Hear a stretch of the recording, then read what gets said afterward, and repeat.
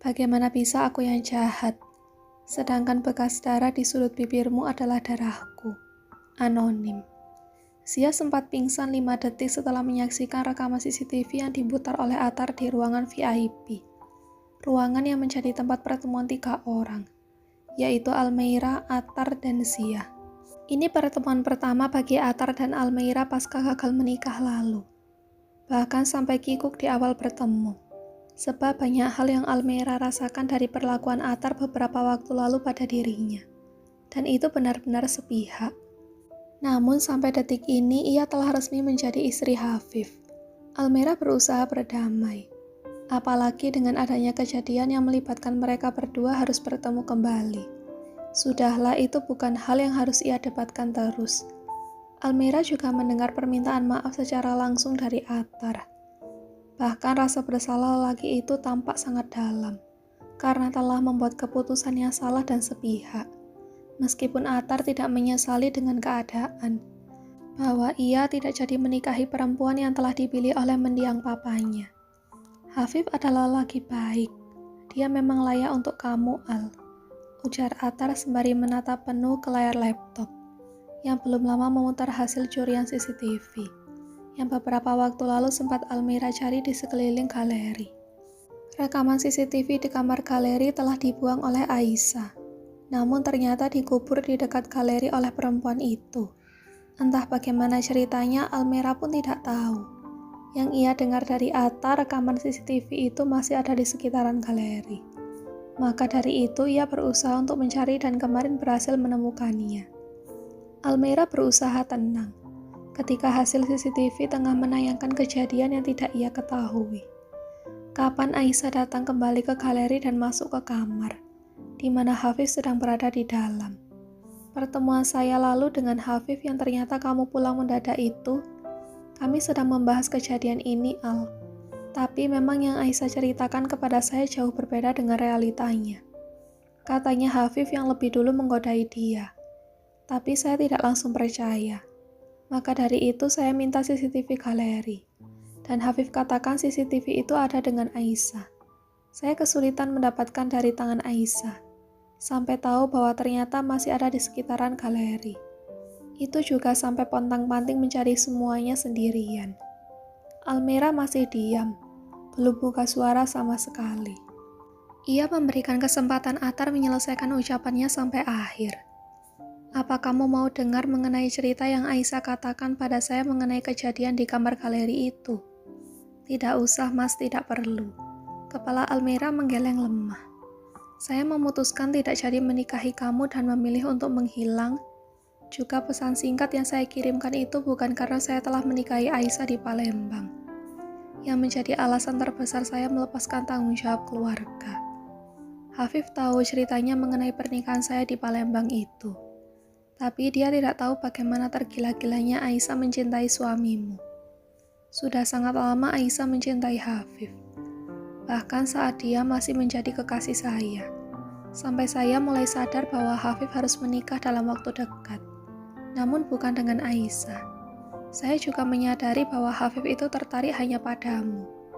Dari pertolongannya lalu saat ban mobil kamu pecah di jalan, dan dia benar-benar sangat peduli denganmu, Al. Tentunya kamu tidak menyadari keberadaan saya yang datang bersamaan dengan Hafif. Sebab saya memilih untuk putar arah dan agak menjauh. Saya ada di sana sampai mobil Hafif membawamu ke hotel. Yang tidak Hafif dan kamu ketahui, saya supir dereknya, Al, yang membawa mobilmu sampai ke depan hotel. Pesan yang kamu kirim itu masuk ke saya. Memang tidak sempat saya balas. Saking paniknya saya langsung cari mobil derek terdekat untuk menyusul kamu. Tiba di sana ternyata Hafif datang sedikit lebih cepat dari saya. Dan saya minta maaf untuk itu. Sebab tidak membalas pesanmu lalu dan saat itu kamu dalam keadaan panik sendirian. Almeira mengisi rongga-rongga pernafasannya dengan oksigen yang sepertinya sudah hampir habis. Namun baginya sesuatu yang sudah berlalu tidak perlu menjadi hal yang perlu dibahas kembali. Saya katakan sejujurnya, Al, kalau saya memang memiliki hubungan khusus dengan Aisyah. Setelah CCTV ini kita lihat, kamu pasti akan berpikir sekelas artis seperti Aisyah masa menggodai suami orang. Tapi mungkin ini adalah alasan mengapa orang tua saya lalu tidak kunjung memberi restu kepada hubungan kami untuk menikah. Apa yang mendiang papa saya katakan ternyata benar semua. Hanya saja waktu itu saya masih buta mata, sehingga tidak bisa melihat sisi yang orang tua benarkan. Tapi menurut saya seperti diikut campuri. Almera sampai tidak bisa berkata-kata. Ia langsung menggigit bibirnya sembari melemparkan tatapan ke arah Atar. Tapi tetap saja, dia adalah istri Mas Atar. Seharusnya Hafif sudah menyampaikan padamu bahwa saya sudah menikah kembali. Apa?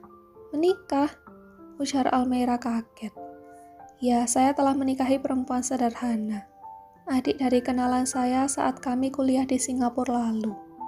Saat ini saya masih menumpang tinggal di rumah istri kedua saya. Dan itu benar-benar jauh dari kehidupan glamor yang pernah saya rasakan. Tapi alhamdulillah, saya justru merasa tenang dan nyaman. Dia memang tidak secantik Aisyah, tapi insya Allah tak kalah jauh solihahnya seperti kamu. Dia adalah perempuan yang bisa membuat saya jauh lebih baik sebagai manusia. Dan saya mencintainya. Walaupun saya memang tidak baik sebagai lelaki, tapi saya berhak hidup layak dengan pasangan saya. Tak hanya Almera yang terkejut, bahkan sosok Sia yang mendampingi Almera yang sejak tadi memilih diam kini ikut buka suara. Wah, apa nggak gila tuh Mas Atar menikahi perempuan lain? Sedangkan istri pertamanya sekelas artis loh. Kalau sampai ke up media, kan bisa kacau. Apa nggak cukup satu istri aja, Mas? Bukan apa yang kita ketahui adanya. Media selalu kejam. Bisa memutarbalikkan fakta dan bisa membuat nama Mas Atar jadi hancur. Kata Sia penuh perhitungan. Saya tahu itu Sia, maka dari itu saya tidak lupa dengan pesan mendiang papa saya, bahwa Aisyah tidak bisa dijadikan istri. Saat ini Aisyah adalah istri yang saya nikahi secara siri. Tapi ada beberapa hal yang belum bisa saya lepaskan talak kepadanya. Guna saya jaga betul nama dan reputasi saya agar tidak terbawa media dengan bukti rekaman CCTV ini, yang membuat dia tidak bisa lagi membalikkan fakta yang sebenarnya. Karena yang saya tahu dari ceritanya, Hafif yang lebih dulu membawanya ke kamar galeri itu. Dengan adanya CCTV ini, bisa membuat saya melepaskan Aisyah tanpa ada kekhawatiran besar dengan hidup dan istri kedua saya di rumah. Apa pernikahan kedua Mas Atar diketahui oleh Aisyah? Tanya Almera. Tidak, Al, saya menikah dengan istri kedua sah secara agama dan negara tanpa diketahui Aisyah. Semoga dia bisa menjadi bidadari dan ibu terbaik bagi anak-anak saya. Amin. Mata Almera tidak beralih sedikitpun dari wajah Atar. Apa saya salah berpikiran bahwa Mas Atar menggampangkan sekali mengenai pernikahan? Bukan hanya dengan saya saja, Aisyah dan perempuan ini juga, ucap Almera lagi. Kata siapa saya menggampangkan pernikahan, Al? Justru saya tidak ingin kamu masuk ke dalam kehidupan pernikahan yang berat dengan saya. Menikah itu akan menjadi perjalanan seumur hidup. Dan saat itu saya tidak bisa mencintai kamu. Walaupun kamu perempuan dengan latar belakang sempurna. Tapi urusan perasaan bukan semata-mata itu saja, Al. Kamu perempuan pilihan orang tua saya yang tidak perlu diragukan lagi kualitasnya. Tapi kamu akan tersiksa hidup dengan saya yang belum memiliki perasaan apapun. Saya tertekan untuk menerima perjodohan lalu dengan pilihan terberat. Saya akan kehilangan kedudukan di perusahaan jika memilih untuk menolak. Tapi pada akhirnya kedudukan itu hilang juga. Dan saya bisa lebih ikhlas dengan pilihan saya. Asal tidak melukai anak perempuan orang. Walaupun saya salah, saya akui itu. Tapi saya yakin sekali, saat itu Hafif pasti akan pasang badan untukmu. Apakah cinta Mas Atar pada Aisyah telah hilang? Perasaan cinta saya sudah saya lepaskan sejak pernikahan siri lalu dengan dia meminta mahar yang fantastik, dan saya harus memberikan itu. Mobil juga uang ratusan juta yang membuat tabungan saya langsung kosong. Mobil yang harusnya kamu lihat ketika bertemu dengan Aisyah, itu adalah mobil milik saya. Dia minta untuk dijadikan mahar. Saya mengerti sekelas artis seperti Aisyah tentu tidak mudah untuk membawa ke dalam pernikahan sederhana. Tapi ya sudahlah, saya juga tidak ingin ramai, apalagi sampai diliput oleh infotainment. Maka saya penuhi saja. Kalau saya boleh tahu, kapan Mas Atar menikah kembali? Dan apakah istri kedua Mas tahu tentang pernikahan Mas dengan Aisyah? Saya menikah setelah seminggu dari pernikahan kalian, sahutnya. Ya, dia sangat tahu sekali, Al. Alhamdulillah dia bisa menerima itu. Apa Mas Atar tidak menyesal setelah menduakan Aisyah?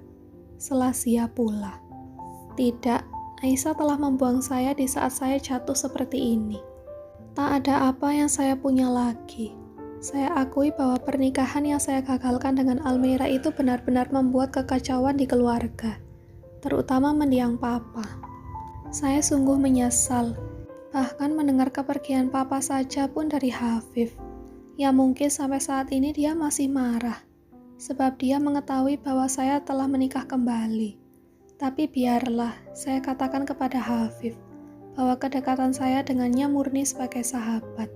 Dia tidak perlu mencampuri urusan perasaan saya pada perempuan mana yang ingin saya nikahi. Almira juga tahu kedatangan saya lalu itu meminjam uang pada Hafif, sebab saya benar-benar tidak punya pegangan sama sekali. Sedangkan saya harus menafkahi Rania. Maka dari itu saya gadaikan jam tangan satu-satunya yang tersisa pada Hafif. Tapi dia tolak. Dia berikan cuma-cuma saja. Dia lelaki baik, Al. Rania, ujar Almira lirih. Senyum manisnya terlihat di sudut bibir setelah mendengar nama istri kedua Atar. Terus rekaman CCTV ini mau digimanain, Al? Tanya Sia pada perempuan di sebelah. Aku harus ngobrol dulu dengan Mas Hafif sih. Antara aku dan Mas Atar sudah benar-benar clear. Gak ada yang perlu diberesin lagi. Mau bagaimanapun, Aisyah kan masih tetap istri Mas Atar. Sedangkan keadaan suamiku juga belum membaik. Mereka terlibat hal-hal yang seperti ini pula, sampai Aisyah berani sekali memberikan ciuman pada bibir suamiku. Sedangkan aku sendiri sampai harus menahan malu karena Mas Hafif yang keseringan menolak. Bahkan menghindar terus ketika aku melakukan hal serupa seperti apa yang Aisyah lakukan pada Mas Hafif. Sepertinya setiap aku menciumnya membuat kejadian itu kembali diingatan Mas Hafif. Sia menganggukkan kepala, membenarkan ucapan sang sahabat. Rekaman CCTV ini menampilkan secara gamblang kejadian yang sebenarnya, yang membuat Mas Hafif langsung berubah 360 derajat, Al. Bahkan sampai dihantui mimpi-mimpi buruk. Kamar galeri kalian memang sudah tidak cocok untuk dijadikan tempat kalian berdua memadu kasih. Karena sudah ada noda dari Aisyah. Walaupun tidak sampai menyatu, tapi mereka sudah satu ranjang. Kenapa Aisyah harus mencintai suamiku? Padahal dia sudah memiliki Atar sebagai suami. Kenapa dia tidak luahkan nafsunya pada suaminya saja? Justru pada suami orang. Dia juga seorang public figure. Apa tidak malu tidur dengan lelaki yang bukan mahramnya sama sekali? Apakah di matanya sosok suamiku lelaki yang gampang sekali diajak tidur seranjang? Almira menangis setelah menyelesaikan ucapannya. Percakapan itu sudah tidak melibatkan Atar sama sekali. Lelaki yang tadi berada di ruangan VIP bersama Zia dan Almira sedang mengangkat panggilan dari sang istri di luar ruangan. Gue juga gak ngerti, Al. Gila banget sih menurut gue. Itu perempuan sampai kehilangan harga diri demi meraih cintanya ke Mas Hafif. Pantas saja dia kenal dan tahu banget tentang suami lo. Karena sebenarnya dia udah naksir Mas Hafif dari lama. Dan cari tahu dari Mas Atar. Memang sih Mas Hafif gak kenal dengan Aisyah. Tapi dengan dia menerima Atar sebagai kekasih, itu artinya akses ke suami lo bakal kebuka lebar. Sumpah ya, ini persis drama banget. Tapi beneran terjadi di lo dan Mas Hafif. Sampai detik ini Mas Hafif bungkam banget ke aku sih. Bahkan niat untuk jujur aja gak ada. Karena aku sendiri juga kaget banget dengan hasil CCTV tadi. Sampai Aisyah dorong paksa tubuh Mas Hafif ke ranjang. Ditindih seperti itu. Sampai upaya kaburnya saja gagal. Sampai kalah kendali dan ciuman itu akhirnya ada pada bibir Mas Hafif. Almira tak bisa menahan tangis, meskipun belum selesai dengan ucapannya. Bahkan Mas Hafif kerap kali menghindar. Kamar sempit milik kami terkunci dan pelakunya adalah Aisyah. Ranjang milikku dan Mas Hafif yang biasa kami pakai untuk tidur bersama, justru Aisyah yang meluahkan nafsunya dengan suami orang. Buliran air mata jatuh tanpa jeda ke paha Almeira. Itu yang membuat suami lo jadi sering mimpi buruk, Al. Karena di kamar itu mereka terlibat hubungan rumit. Sia menyentuh bahu sang sahabat. Untuk menguatkan juga menenangkan. Aku gak bisa ngomong apa-apa lagi. Karena aku gak tahu harus berpihak kepada siapa. Mas Hafif sepupuku, sedangkan kamu sahabatku. Mas Hafif gak salah sih. Dia sampai menampar Aisyah beberapa kali kok. Tapi sepertinya tidak menyadarkan Aisyah yang sudah berkabut. Aisyah menarik baju belakang suamiku sampai robek. Buka semua kancing baju suamiku tanpa berpikir panjang. Mendorong tubuh suamiku ke atas ranjang secara paksa. Dia benar-benar gelap mata. Almeira terisak-isak. Al, gue ngerti banget perasaan lu seperti apa. Kata Sia ikut menangis. Atar kembali, masuk ke dalam ruangan.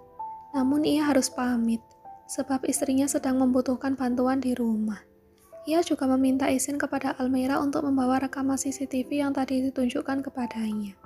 Salinannya akan Atar kirim setelah tiba di rumah. Sekali lagi saya minta maaf atas perbuatan saya kepada kamu di pernikahan lalu, Almeira. Saya doakan pernikahanmu bersama Hafif bertahan sampai akhir hayat. Juga menjadi rumah tangga yang penuh kebahagiaan. Ujar Atar dibarengi doa terbaik, sebelum benar-benar meninggalkan ruang VIP yang sudah ia reservasi. Perempuan itu menyeka air mata tanpa menatap Atar di hadapan. Terima kasih atas doanya, Mas. Saya doakan yang serupa untuk Mas Atar. Harapan saya pun Mas bisa memperbaiki hubungan dengan keluarga. Mau bagaimanapun mendiang Papa Mas dan orang-orang yang ada di rumah sangat peduli sekali. Mas salah satu pewaris terbesar dari perusahaan orang tua yang sangat diharapkan untuk bisa menjadi bagian dari perusahaan. Saya mengatakan ini karena saya tahu betul bagaimana cerita mendiang Pak Irsad kepada papa saya. Mengenai Mas Atar yang telah berhasil menyelesaikan pendidikan S2 di Singapura lalu. Atar tersenyum kecil, kepalanya dianggukkan ke arah perempuan yang gagal ia nikahi, sebagai ungkapan setuju. Akan saya usahakan untuk bisa memenuhi keinginan dan harapan kamu. Saya pamit, Al, Sia. Kepalanya menoleh kepada dua orang yang masih duduk di sofa ruangan secara bergantian. Baik, Mas, hati-hati. Balas Sia sebelum lelaki itu menghilang di ambang pintu. Dokter Almeira. Setelah berpisah dengan Sia di parkiran kafe, Almeira segera meraih benda pipi di atas tas. Mencari nama sang suami untuk melakukan panggilan. Ia harus bertemu dengan Hafif hari ini. Panggilan pertama tidak dijawab. Ia mencoba terus hingga panggilan ketiga bisa mendengar suara sang suami yang cukup berat. Sepertinya memang dalam keadaan tidak sehat. Memanggil namanya beberapa kali. Assalamualaikum sayang, sapa Almeira manis. Waalaikumsalam Al. Mas Hafif sakit kah? Tanyanya khawatir. Tenggorokannya saja sedang sakit, Al. Sama bibir Mas juga lagi sariawan. Udah seminggu ini belum hilang juga. Almeira tercengung mendengar ucapan sang suami. Bagaimana bibir lelaki itu tidak sariawan? Ciuman brutal Aisyah pasti membuat luka di sana. Benar adanya bahwa fitnah perempuan jauh lebih membahayakan. Bahkan sampai menghilangkan kendali Hafif sebagai lelaki yang seharusnya bisa berontak lebih keras. Namun Hafif justru kehabisan tenaga setelah berontak. Meskipun Hafif sampai meninggalkan tamparan pada wajah Aisyah lebih dari sekali. Namun sepertinya kekuatan perempuan yang sudah jatuh cinta bertahun-tahun itu terlalu membara. Almeira bisa lihat sendiri betapa mengerikannya sosok Aisyah yang ia lihat sebagai perempuan cantik.